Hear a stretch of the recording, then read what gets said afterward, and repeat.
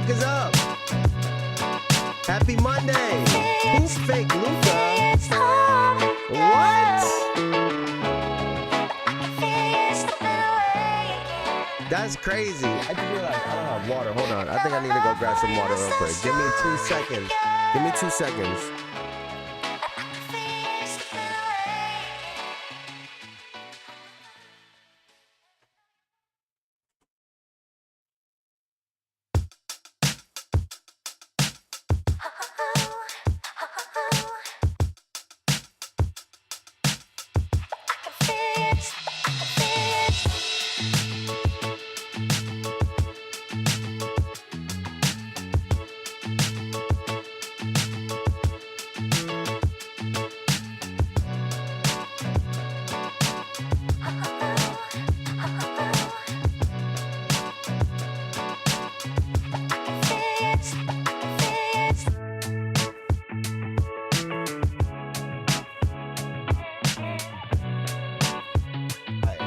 That was a close call.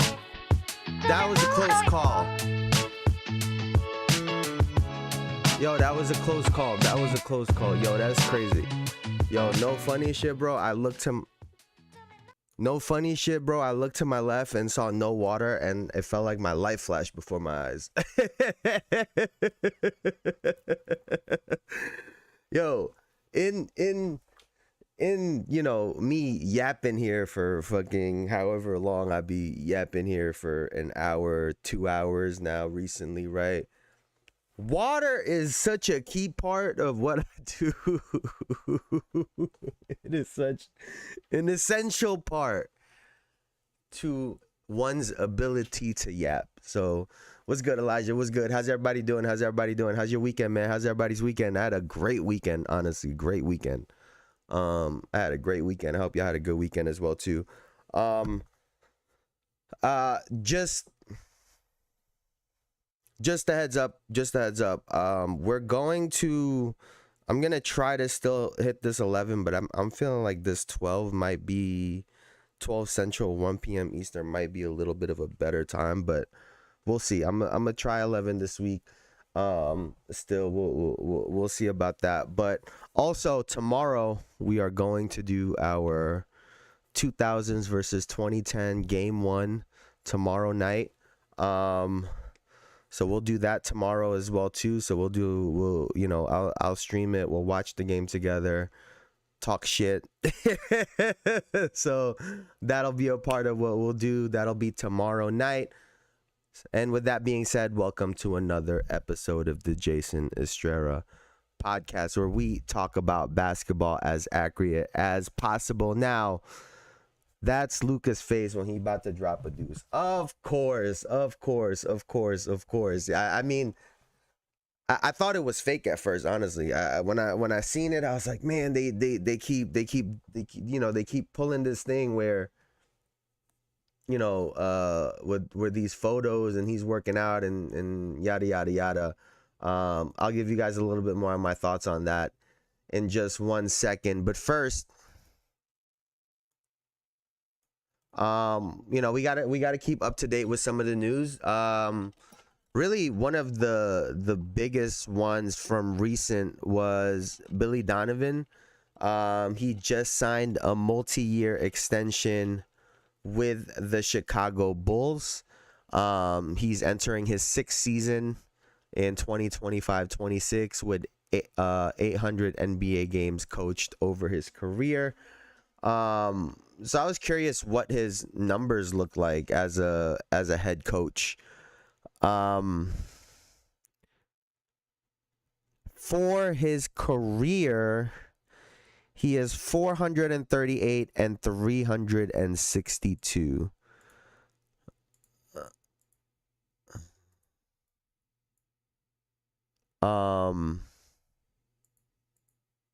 What is this?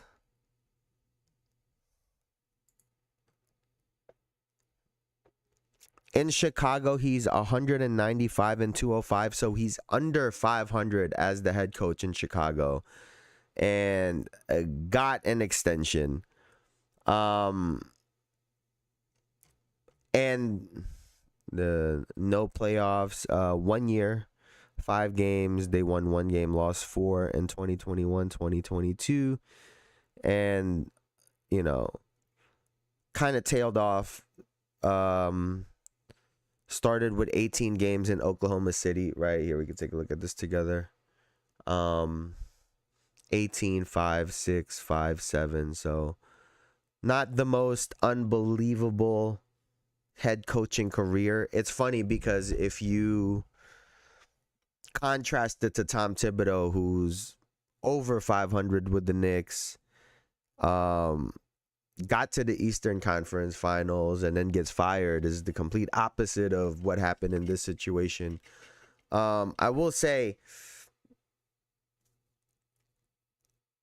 I feel like Chicago was trending in a positive direction last season. They have some talent. Josh Giddey and Kobe White are pretty solid individually. And we've seen them do well together as well too. Both very skilled. Josh Giddey's the 6'7" triple double guy. Kobe White, the offensive smaller type of guard. So they're both good on that end. Really, their problem is defense and getting stops as a team. But hey, man, I guess that was worth an extension for Chicago. 195 and 205, 48.8% win percentage. So yeah, that's tough. That's tough. That's tough for sure. Now let's move right along. Is this? I don't know if I've actually.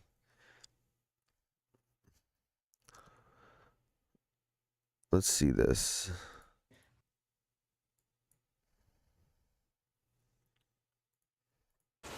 And we now welcome in our senior insider, Shams Charania, who is in Miami. Shams, why has it been such a slow start to the offseason for the Golden State Warriors? Vanessa, the Warriors' entire offseason has been essentially on pause for one player, and that's the restricted free agent Jonathan Kuminga. And they have wanted to figure out his situation before making their other offseason moves. And so I saw Jonathan Kuminga this morning at a workout in Miami. He's in good spirits. He had a good workout. He did tell me, though, that he is in absolutely no rush on doing a deal with the Warriors right now, and he's not accepting their current offers. He added that he wants to continue to explore options with his agent, Aaron Turner, whether that's continuing conversations with the Warriors, but also sign and trade options that are available to him in the marketplace. Okay, Shams, so you use the term options. What do those other options for Jonathan Kuminga look like?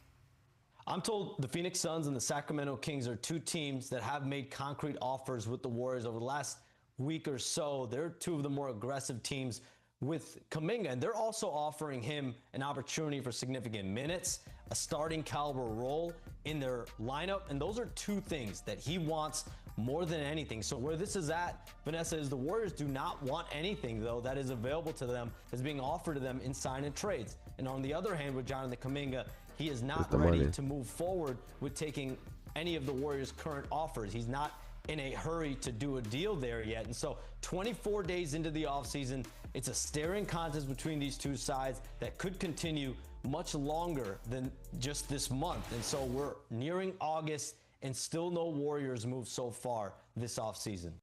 So none of that sounds good for Jonathan Kuminga or the Golden State Warriors, right? If the Warriors aren't going to make a move until they decide on what's going to happen with Jonathan Kuminga, then this is going to drag on. And honestly, I don't even know what moves they can make at this point. Any free agent that they could have signed has already signed. You know, without Jimmy Butler, they were a 10 seed. They were a play-in team. Once Curry went out, they pretty much had no chance, right? The Warriors are ridiculous. Hope he gets out. They don't deserve him. But see, this is a twofold thing, Elijah, right? This is a twofold thing. And we've seen players like Jimmy Butler complain and still get everything that they want, right? But Jimmy Butler has playoff Jimmy. And obviously, when we saw what happened when he got to the Warriors, it kind of validated a lot of those things that he was asking for. If you're Jonathan Kuminga, you need to understand that the money you want and expect is not the same as your current value in the market. Those two things are not the same, unfortunately, right? And if you want to get into a situation where you have the role that you want on a team and you get X amount of shots, in my opinion, in order to get that, you're going to have to concede a lot of those dollar signs that a lot of those dollars that you thought you were going to get. And I think your agent is doing you a disservice otherwise, because I just me personally, I think the longer this drags out, the less time he gets to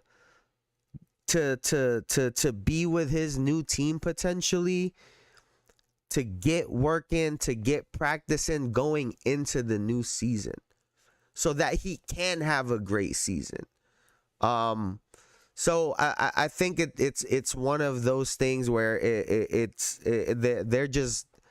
they are both making this difficult. Both sides are making this very difficult. Can't have any value if you don't play him. If you delegate him to the bench, let him go. You obviously don't want him, and you are tanking his value.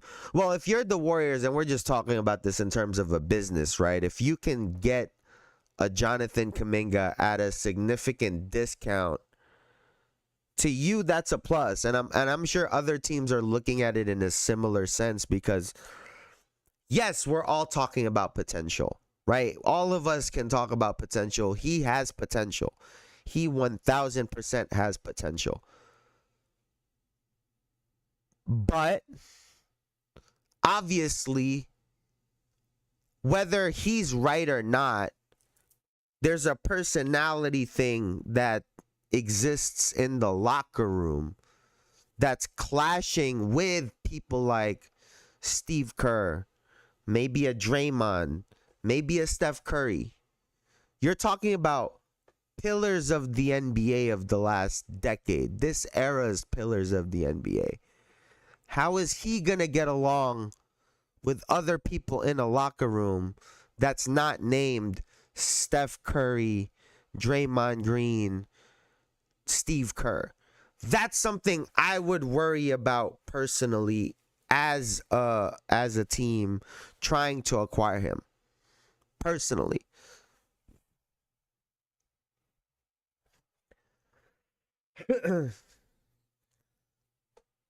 Kuminga should make it difficult. When they needed him, he provided. Now he gets DNP. He not only has potential, he has production. Golden State is the problem. Jay, Steph, Steve.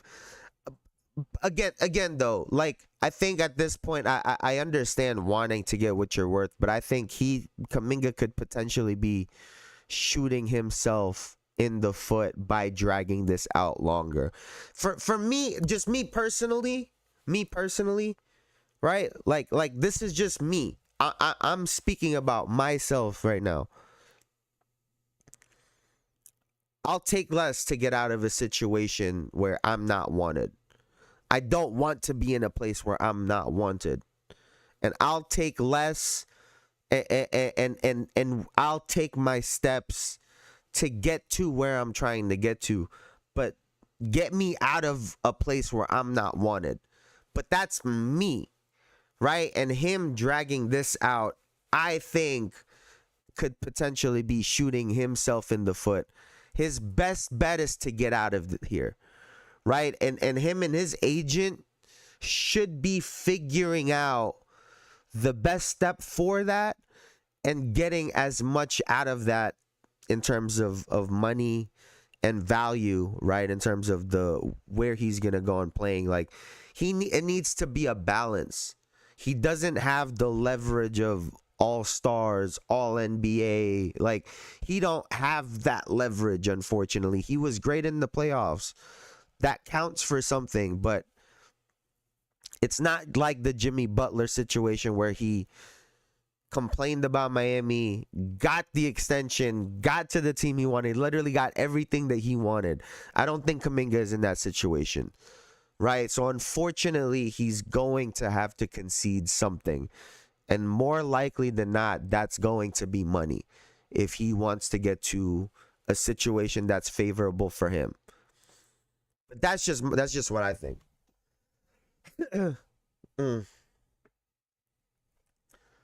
Golden State, KD had issues with Kuminga, Poole. Their formula wins, but they still act bad. I mean, like you gotta understand also, right? Like you gotta understand, you gotta look at it on both sides, Elijah, right? Like they have their system, right? Whether it's working and they're getting a championship or they're getting 10th in the league, their system is their system. And here comes a guy that's young, inexperienced. You have talent, but you don't know no better. Coming in here trying to tinker with shit. I'm going to move this over here. I'm going to do this. Like, it fucks with you, right? You got to think about this even on like a human level, right? Like it messes with you. So I think in that end, it's a little bit disruptive. And I would imagine, I think the issue with this is probably a personality thing where from the looks of it, the way Steve Kerr has spoken about it, it seems as though Kuminga has challenged Steve Kerr, right? Because to me, their system was able to home a Jordan Poole who's also very random and chaotic. From the outside looking in, that scenario looked like Jordan Poole was more so challenging the players, right? I'm challenging you for your spot because I think I deserve it. Kuminga's from the outside looking in looks like that energy is more so directed to Steve Kerr, right? More so than the other way around. And I think that's why we're hearing the conversations about it be the way that it is, because of where that energy was directed. Hello, friends. Let's get them likes up. I appreciate you, Black Canadian, doing it. Hey, man, you the GOAT for that. Right, and their system continues to drive out people. I mean, KD egos are high in Golden State. They helped create Golden State. Yeah, no, for sure. But you know, the Warriors being in San Francisco, in the middle of Silicon Valley, they're, you know, trying to establish themselves as one of the pillars of the NBA. I think it would go a long way if they did a better job of tapping into some of their history. Right, tapping into, you know, some Wilt Chamberlain, tapping into, you know, some of the stuff to try to establish that they are this more of a historic franchise. But that's what I think would go a long way rather than just sitting on these 4 championships. The king has returned. Oh no. Oh no. Hello, Bruce. What's good? They helped create Poole. Facts. No, that's facts. That's facts. Now, before we get into some of the Luka Doncic stuff, let's take a look at his former teammate. I think I wanted to look at this the other day actually, but oh, did we look at this? I don't think we looked at this. Let me know if I'm faded or not. But did y'all see this?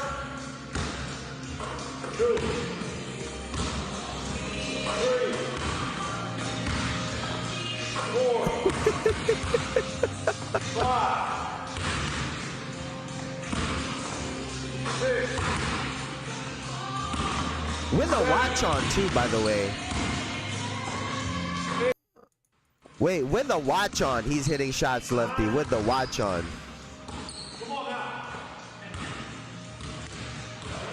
I mean, that how impressive is that, y'all? How impressive y'all think that is? How impressive is that?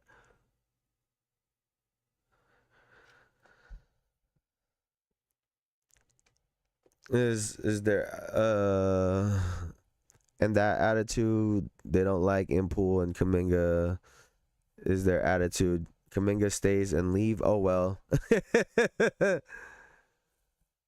They need to get Steph and Jay out of there, in my opinion. They should have done it when Clay was still there. Now I'm locked in on Euro Cup this year. Whoa.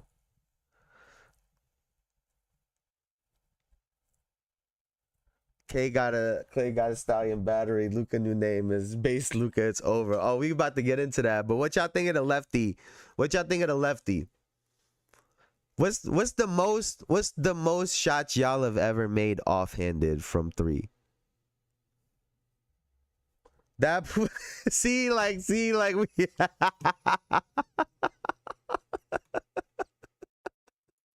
Yo, I'm not gonna lie, Bruce. Ever since the off season hit, you've been in some off season topics for sure.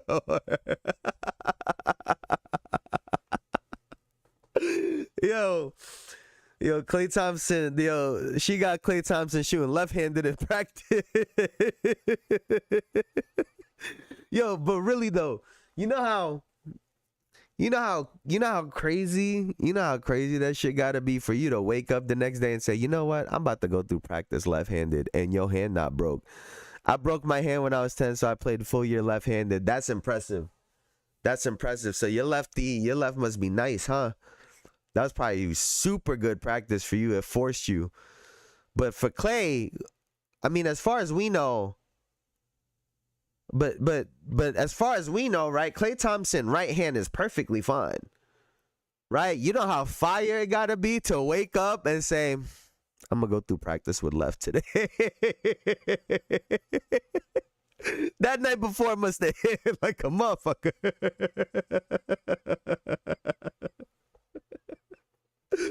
Yo, that shit must have hit like crack in the 80s, like everybody's parents used to talk about. For him to wake up and say, yo, my left hand feel good today. Doing some diabolical shit.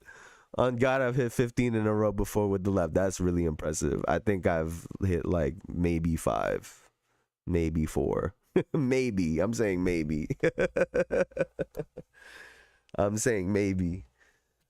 But that's the lefty threes, man. That's really impressive. I think you'd be surprised at how many players can't do that. I think some people think all players could do that, and it's not all players could do that. It's still really impressive at any level. And really to have the shot look the same is really the other part too, right? His shot looks the same left-handed as it does right-handed.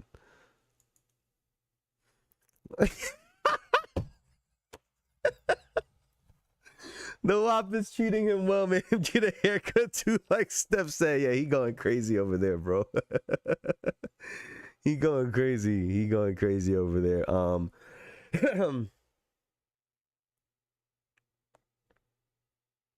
Most All-Star season incoming. What you mean by that? Oh, Klay All-Star season. I'm feeling it too, man. I'm feeling it. I think he on one. Let's take a listen to someone else that might be having a little revenge tour. Let's take a listen to this. Kyrie was talking about Luka recently. Let's listen to this. Well, is Luka like that in practice too? Yes. So practice, he I can't. To me, it's a party trick. What I need to. I think it's still. I mean, it's not a party trick. Just because you don't use it, don't mean it's a skill you shouldn't have. The skill was to get power. I'm weak. 60, 18, and 18. As Dirk. As Dirk. 60, 18, 18 in practice. 60, 18, 18 in practice. Yeah. Nah. Nah, I witnessed him give somebody 24 points in 3 minutes. And if you don't believe Kyrie, here's the Mavs. Williams. Out, but it was Grant Williams.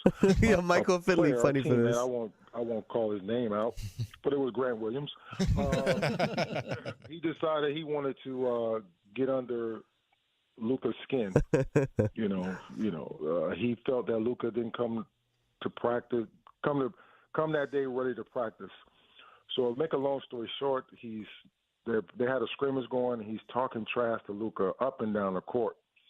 So finally, Luka says, "Okay," and I tell you, Luka went on a 26-6 run by himself. Oh my gosh! And look, you can ask anybody. I'm not exaggerating. It was like a 26-6 run by himself. He showed everything. The three. So. Let me ask y'all this, man. Who's gonna be the first team he gives 24 in 3 minutes to, man? hey, man, we about to look at the article. But first of all, the question is funny, right? To think that this man does anything different in practice is funny. But I mean, he was frying everybody. like he's frying everybody. I don't think he gives a fuck. He's frying everybody. 24 in 3 minutes. I'm tired of people trying to shit on Grant. That's a championship action. Listen, all of that is cool, Elijah. You still got 24 and 3. It don't mean you bad. It just means you got 24 in 3 minutes because you talking all that shit.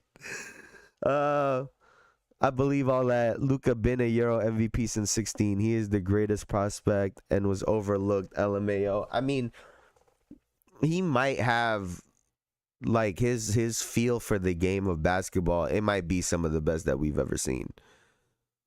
Just his natural, especially on offense, and and I think that's the thing that's frustrating for us, right? He just needs to Steph Curry the defense, right? All he needs to do is be Steph Curry on defense, be at the right spot at the right time. Don't give up position, fight for position, don't jump too much. That's it. That's literally all that we need out of you. You don't need to be Wembanyama. Like you don't need to be any of these people. We just need you to be that, and then we let you do whatever the fuck you want to do on offense anyway. We were gonna let you do that regardless. And that's what happened. He's already Hall of Fame, by the way. No, for real. Isn't he like already in the top? Isn't he already like in the top 100 or some shit like that?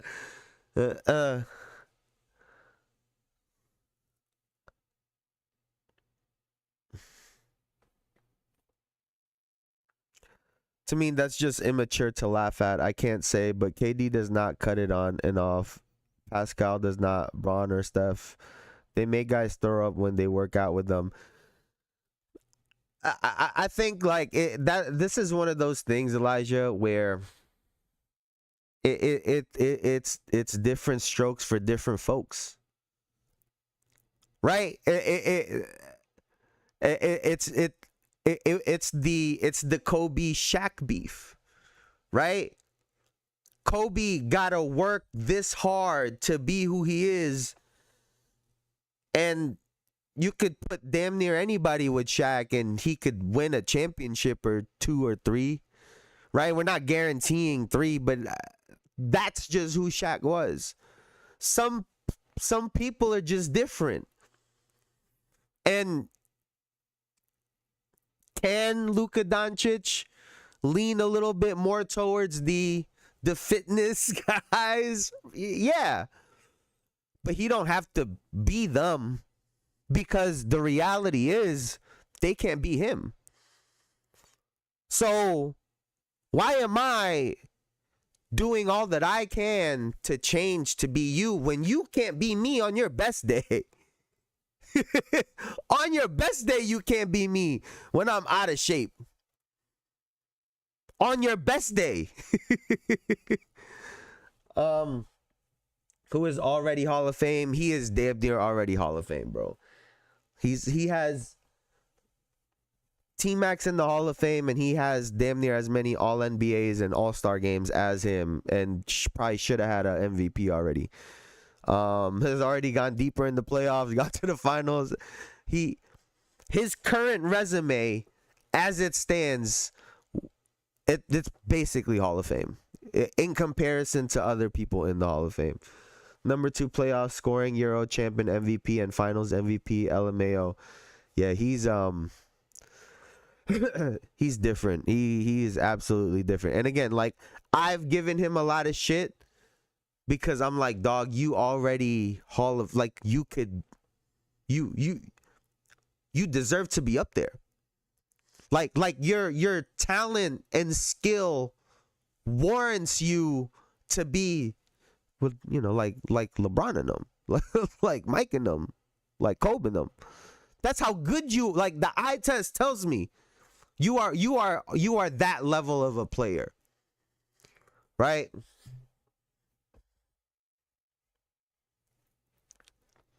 Because obviously the guys that work like Celtics who do it the right way beat him. What do you mean? That team was way better.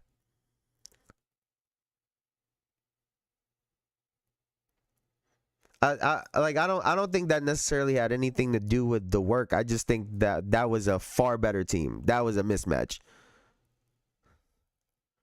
Stories and efforts like that separate Luka from performing to winning. Okay, but this is the thing, and now I gotta, and this is where we gotta be fair, right? We gotta be fair. Because the same way we were talking about Jokic hurting Morris the other day, and I pulled up the Kobe video, there have been numerous stories of Jordan being hungover or drunk and showing up to games not in that tip-top shape that we all picture him. And I know Michael Jordan obviously is in different physical form. But I like at the end of the day, the same way Allen Iverson was like, whether I practice or not, I go out there, I play hard as fuck, and you gonna see the stats. Luka, I think for the most part was like, I come out here, I play hard as fuck, and you see the numbers, and we have a chance to win every single time I step on the floor. And the reality is he's not wrong. Right? The reality in that situation is he's not wrong. We're just saying there's another level that we think you could go to. And like, again, he don't have to turn into no fucking LeBron James. Like, he don't have to turn into him to these people at all. Right? If he wants to transform into something but that's, to me, I don't think that's what he needs. But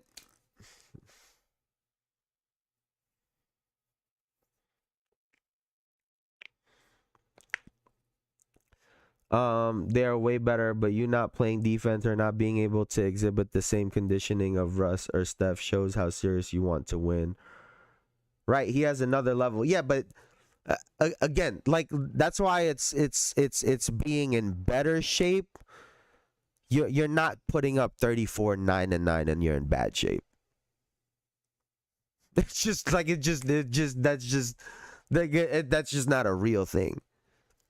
Like, that's just not a real thing, right? Jokic don't have a 6-pack, but we see how he plays and how hard he plays, and no one ever calls him out of shape or that he needs to go and look like Dwight Howard. Like, that's just not the reality. right? And I think for Luka, like we said, just don't be 280 pounds. Like, we don't need you to be 240 with a six-pack, right? We just needed you to be in a little bit of a better shape. And the reality is the shape he was in got him to the finals. Like, it just is what it is.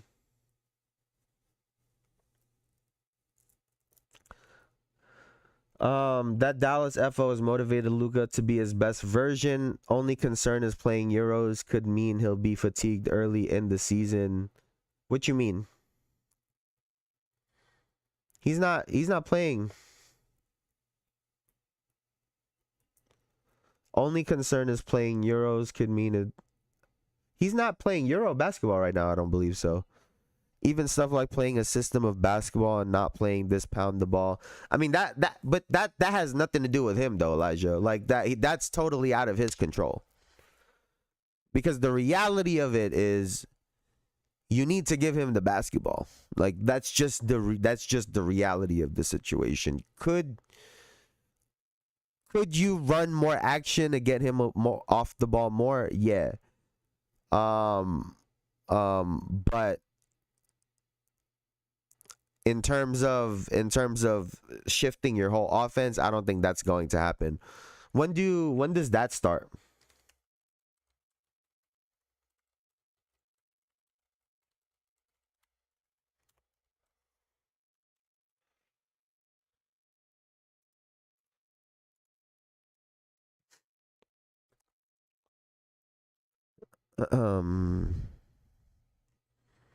July. Whoa. July 26, 27. Whoa.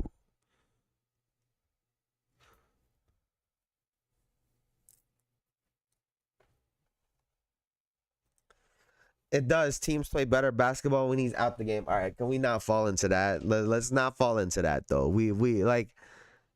Let's not act like these teams would go further without him.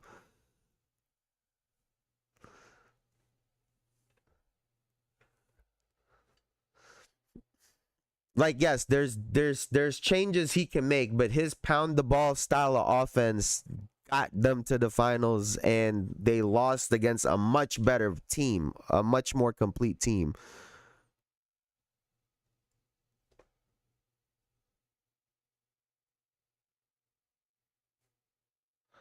Bro, I'm going to start dropping NBA edits and other sports. Kathy and her puppets keep copywriting, warning my W edits if I use clips, even for 3 to 4 seconds. Kathy and Op. That's insane. That's insane.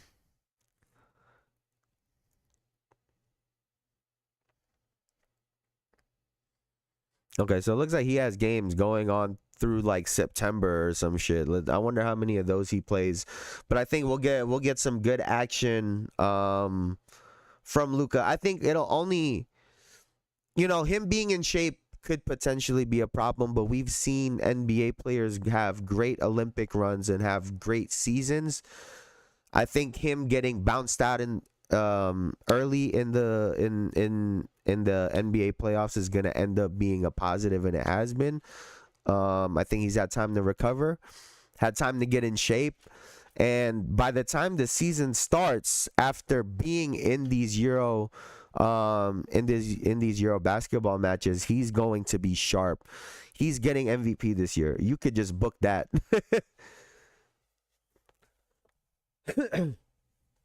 This where he dribbles the ball for 23 seconds, then passing to a guy that isn't touched it in 5 possessions, and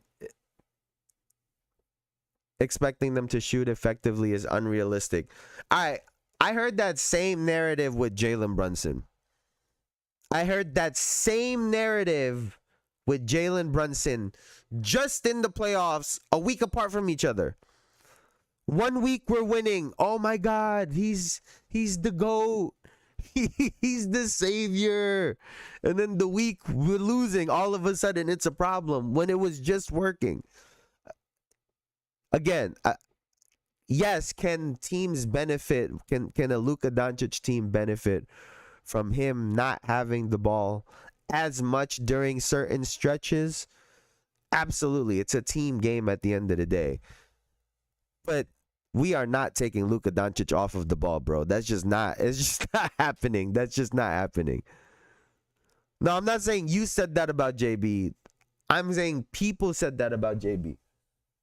It happened, like, but then it got him to the.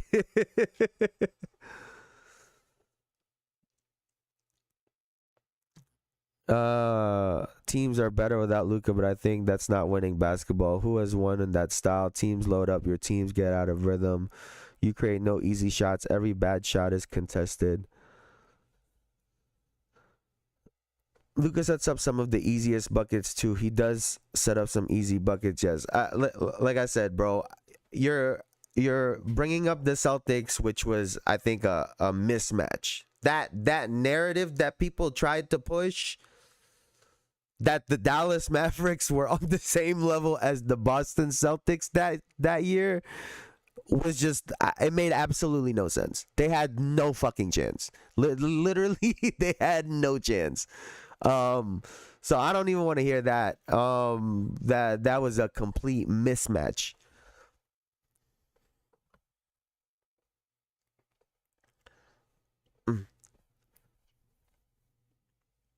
I'm not saying to take him off the ball. I'm saying create sets or better actions. Just all right, go out there. No, I'm agreeing with you. I'm agreeing with you.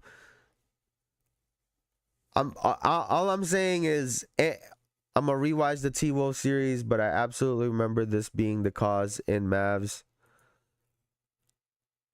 I mean, you also gotta look, that Lakers team was also trash. Like, that Lakers team. The only reason that Lakers team was good was Luka and LeBron. Like, that's why they're struggling in the offseason, because they got no team. They got no team. Anybody that watch Austin Reeves knows he's nice, but could expect him to struggle in the playoff. That team was just not that good compared to a Minnesota Timberwolves team that over the last 2.5 months of the NBA, if I remember correctly, they were probably like the second. They were like a top 3 team in all of the NBA the last 2.5 months.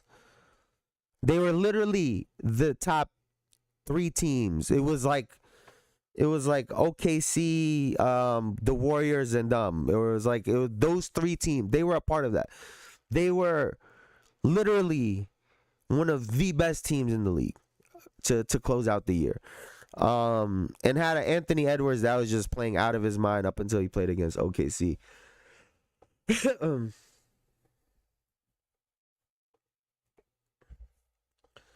I'm not saying they had a chance. I'm saying you could have just ran an offense instead of letting 69 JTs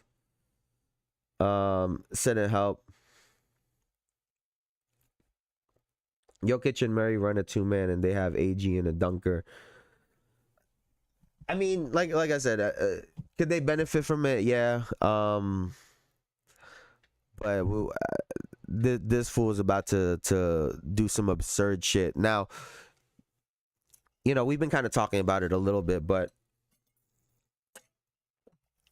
the reason we're even talking about this right now is not only have we had a bunch of photos, but now there's an article that just came out from Men's Health. Luka Doncic 2.0 has entered the chat, which is some pandering if I've ever seen one. They know what they know exactly what audience they're trying to get to. The NBA superstar has taken plenty of heat for his conditioning and physique over the years, but after a full summer of training and lots of protein, he's poised to take his game and the Lakers to another level. Should I do another read along? Should we do what type of voice should I do though?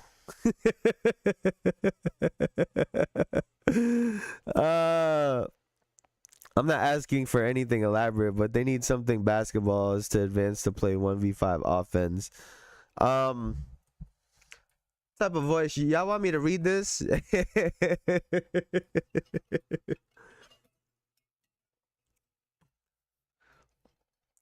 All right, let's read some of this. Let's read some of this because it has some headlines in it. Luka Doncic knows that you're thinking he looks lean as heck now. That's because he's thinking the exact same thing. It's an early morning in July in a quiet town in Croatia, and the 5-time NBA All Star is alone on a private basketball court, working out with trainer Anze Mazek. Midway through a 90-minute session that blends weight training, agility work, and shooting drills. This is the first of the day's 2 workouts for the Los Angeles Lakers star in what may be the most pivotal season of his career. And he's doing it fasted, just as he's done for much of the summer. That has got to be the longest sentence of all time. Who is writing this? God damn! I used to get killed for writing sentences this long. Jesus. Anyway, at the moment, he's driving to the basket. A thick resistance band strapped to his waist, pulling against him during every shot. The workout consists of a series of circuits, each set up to include an on-court challenge, like those resistance band layups, and an upper body and lower body exercise. What's good, Pookie? What's good, Derpy? What's good? What's good? What's good? What's good?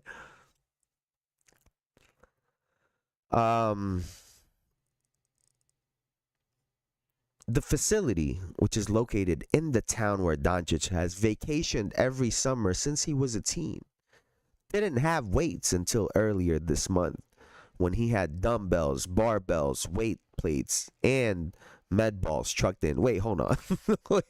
Wait. They might have been onto something.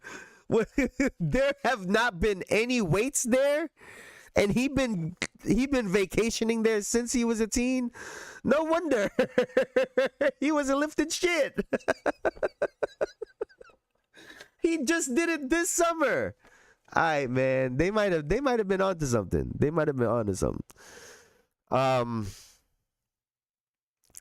And med balls trucked in. Now, Doncic can do everything from trap bar deadlifts to landmine overhead presses, and he works through sprints and jumps on an outdoor track too. He moves swiftly from circuit to circuit, banging out hip stretches one moment, working through renegade rows the next. It's a session with barely any breathers, which is fine. This version of Doncic doesn't need them. This Luka is different. And here's the photo that's been circulating online, which I used, of course. You see, in the way his Jordan brand jersey hangs loose, and in the new hints of definition on his arms, you see it in the complete absence of fatigue he shows when going from heavy Romanian deadlifts to dumbbell bench presses to lateral bounds, one right after the other. And you see it in the way he smiles when he admits he's noticed his sleek silhouette in the mirror. He subtly nods to his reshaped delts during our Zoom interview, and as he splays out his long limb physique on the bleachers in the gym, he seems relaxed, calmly making eye contact. His arms look longer today than usual, perhaps because he's just gone so downright skinny. A fact which now finally he sheepishly acknowledges. Just visually, I would say my whole body looks better, he says. And, you know, they go on to his diet, and so on and so forth. Luka working out. And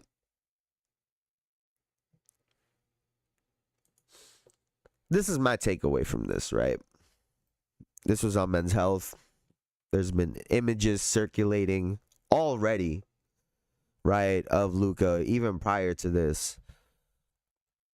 the Lakers was a massive thing, right? Him getting traded to not just LA, but to the Lakers specifically. It was a big deal. And his last full season, he was literally 34-9-9. I say all that to say this. I'm saying this is July 28, right? This is July 28. I'm saying this. This is Luka Doncic's MVP to lose this season. I think they've pretty much given it to him. I'm telling you guys this right now so you guys can look out for it throughout the year. The Luka Doncic MVP proppy, right? That propaganda has already started, and it's not slowing down. That MVP revenge, they're gonna use different words, right? I'm telling you to keep an eye out, because that's exactly what's going to happen. And the thing about it is, his game is going to warrant it. But that propaganda has already started and will continue throughout the year. Hell, there might be a point in time in the season where they talk about his defense, because he's going to average some of the most steals in the league, where they talk about him potentially getting on an all defensive team. I wouldn't be surprised. I'm telling y'all to look out for it. I'm giving y'all the heads up right now. He's going to win MVP this year. The same way Cooper Flagg is going to win Rookie of the Year this year. Some of these things are just a given. Just let me be the messenger. Like, this is just what's going to happen. Right? Watch out. Watch out, because that's what this is. That's what this is. And like I said, his game is going to warrant the accolades, but there's definitely going to be a massive push for him to get the MVP, especially rocking the purple and gold. I'm expecting, presently constructed, and if some of these innuendos are right about LeBron potentially leaving, this team isn't going to be unbelievably great. This isn't going to be a stacked roster. There's only going to be so many people to pass to. So if I had to take a guess right now, Luka averages a triple-double next, a double-double. I think he gets 30 and 10 pretty easily. I think the question is rebounds. By the end of the year, I think he'll get to around, I think he'll stick to around 8, 9. I don't think he gets the triple-double, but I think he for sure gets the 30 and 10. He's going to be lighter. He's going to be more on his feet. I think he's going to be on the perimeter even more so than he has been. I think he gets a cool 30 and 8, 30 and 9, gets the MVP, gets all NBA first team, probably averages close to like 2.5 steals a game.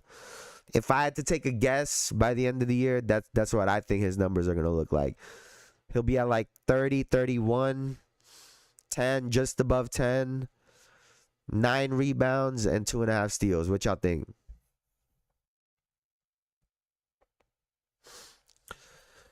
That's the problem with the awards. We need to take the awards seriously, but the season hasn't started, and the masses are already have their picks.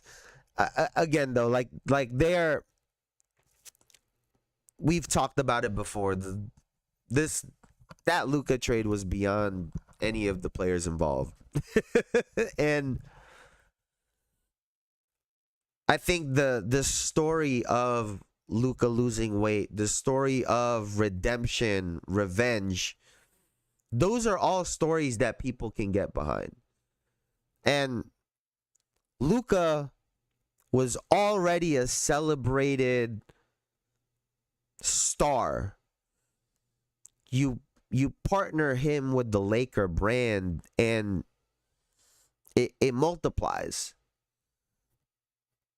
I think it's inevitable. I think it's inevitable. And like I said, those numbers warrant MVP.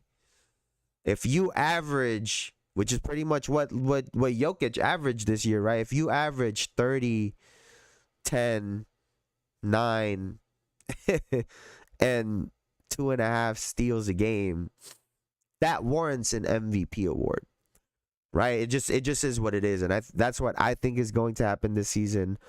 I think Luka's about to be on one, man. I think Luka's about to hit Ultra Instinct.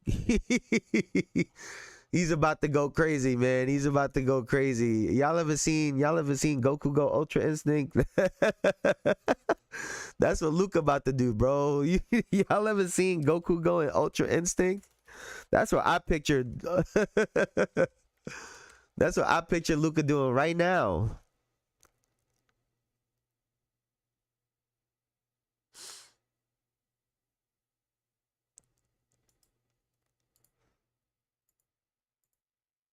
All right, let's see.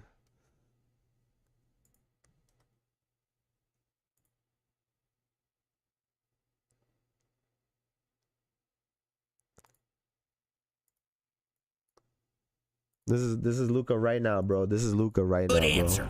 Yes, I agree. This is Luka right Beerus, now. my lord. Is there something you wish to say?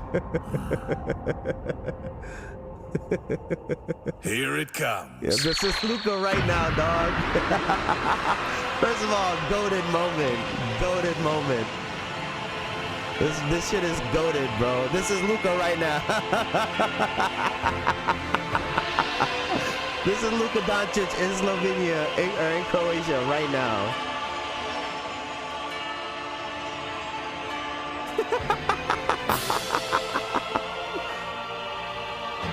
Bro's that ass going Ultra Instinct on these fools, bro. You ain't doing shit. Jokic, that's Jokic. This Luka.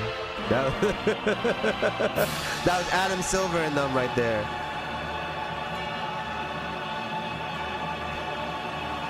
This is Luka about to fry everybody, bro.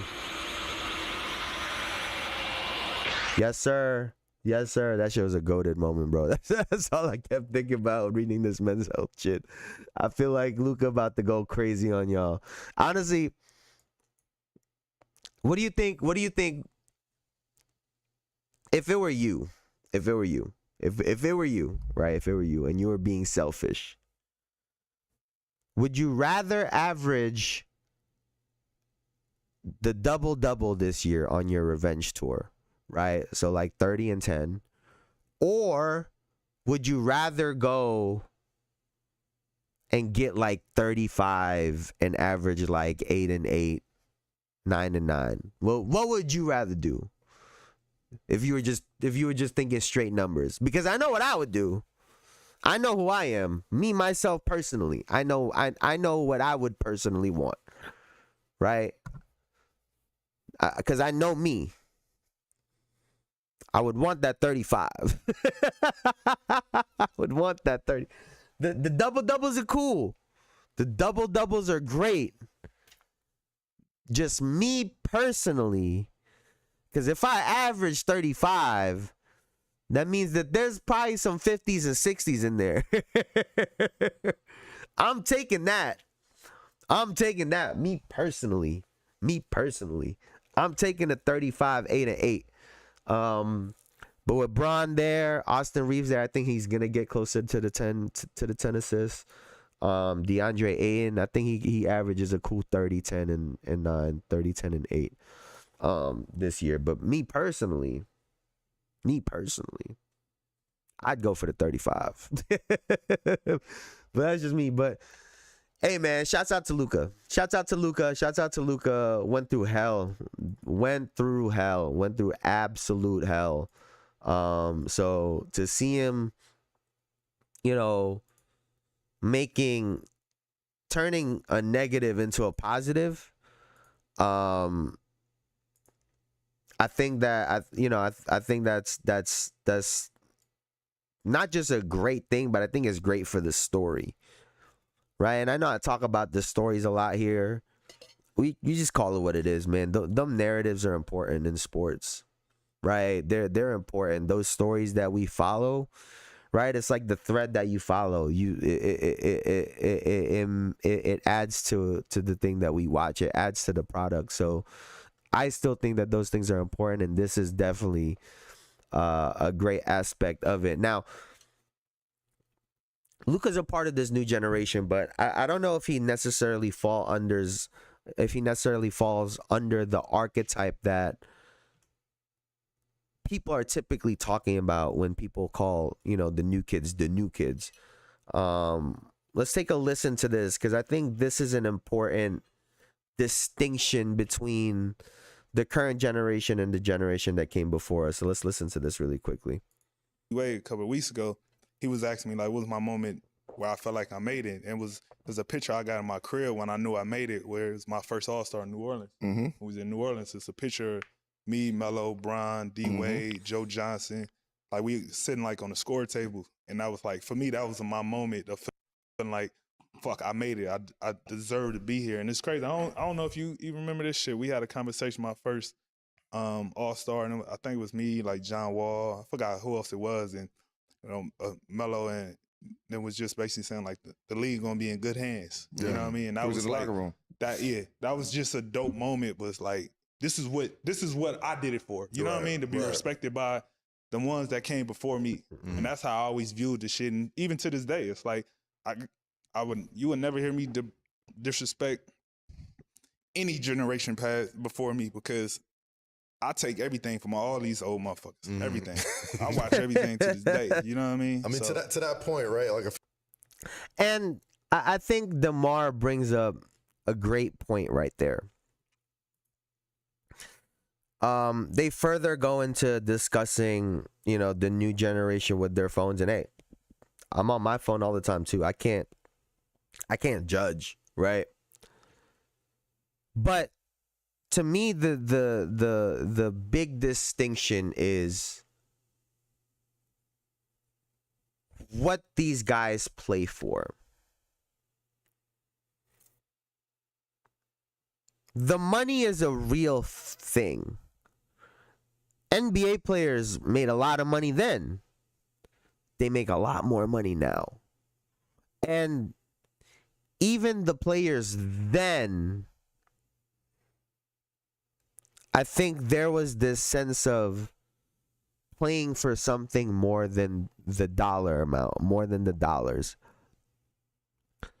For DeMar, it was getting the respect of the people that came before him.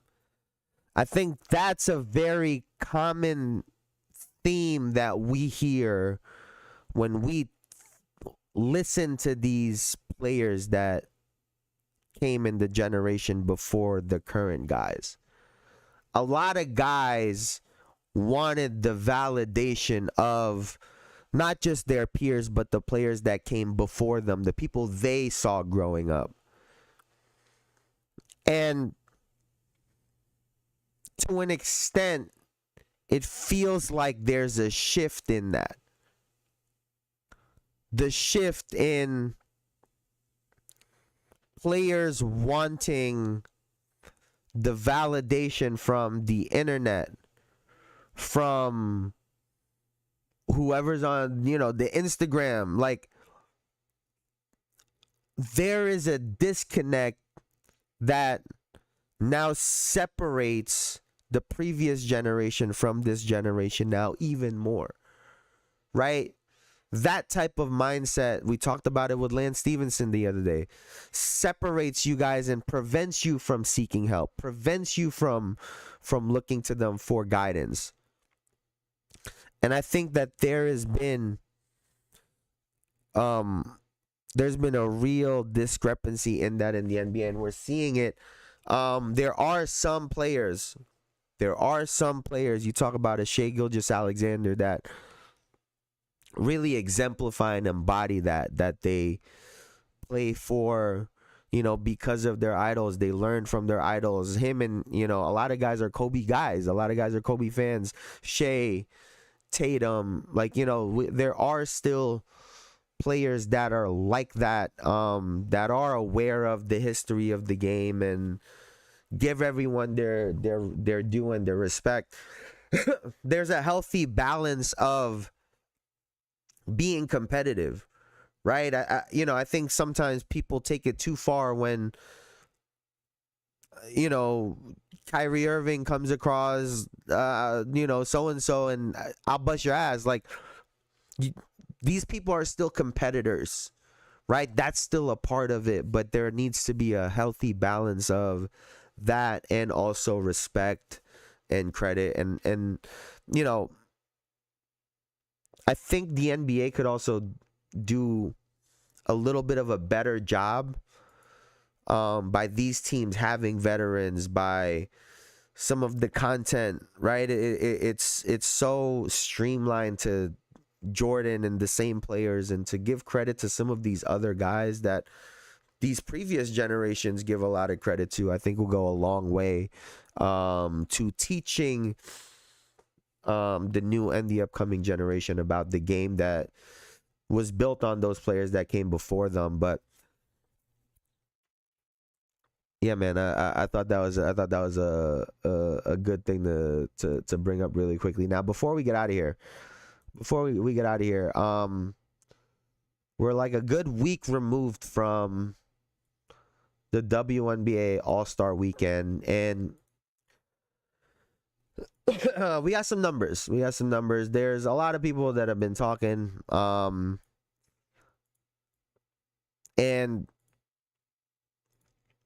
I try to see it on multiple levels, right? There's some people that are complaining because, these numbers, ESPN and so on, make it seem as though the WNBA is having historic years, and try to also downplay the Caitlin Clark effect. And let's get into the numbers and then we'll talk about it, right? So the first number is 48, right? When Caitlin Clark had been reported to be injured and to miss the WNBA All Star Game, the ticket prices dropped 48%, from $121 to $64 to get into the building, right? And that's undeniable, right? Caitlin Clark is undeniable in that aspect. The 2025 WNBA All Star Game got 2.9 million viewers. Second most watched All Star Game ever. ESPN tried to compare it to 2023, which had 850,000 viewers. But the record was the Caitlin Clark All Star Game, which had 3.44 million viewers in it, right? I'm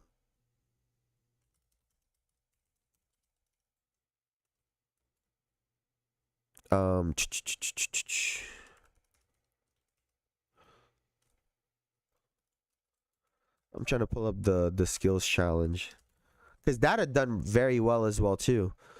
2025, it reached 1.3 million viewers, 89% increase from the previous year, which was great, right? That had nothing to do with Caitlin Clark.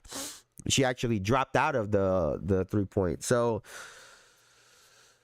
this is my takeaway. You got to understand both sides. Caitlin Clark moves the needle for the WNBA. A rising tide raises all ships. Caitlin Clark is the rising tide. She's the tide that raises all of them. That's great.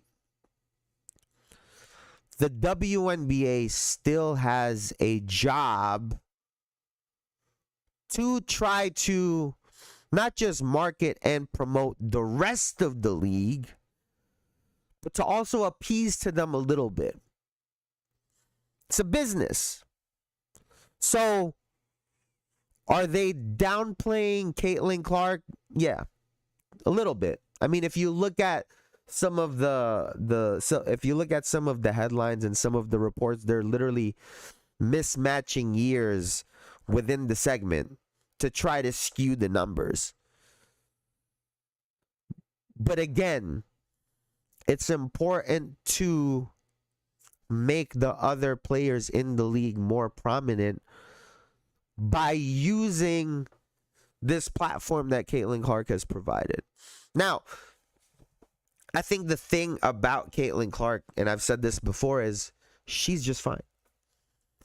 Her fan base follows her, right? If she leaves the Indiana Fever, her fan base does not stay Indiana Fever fans.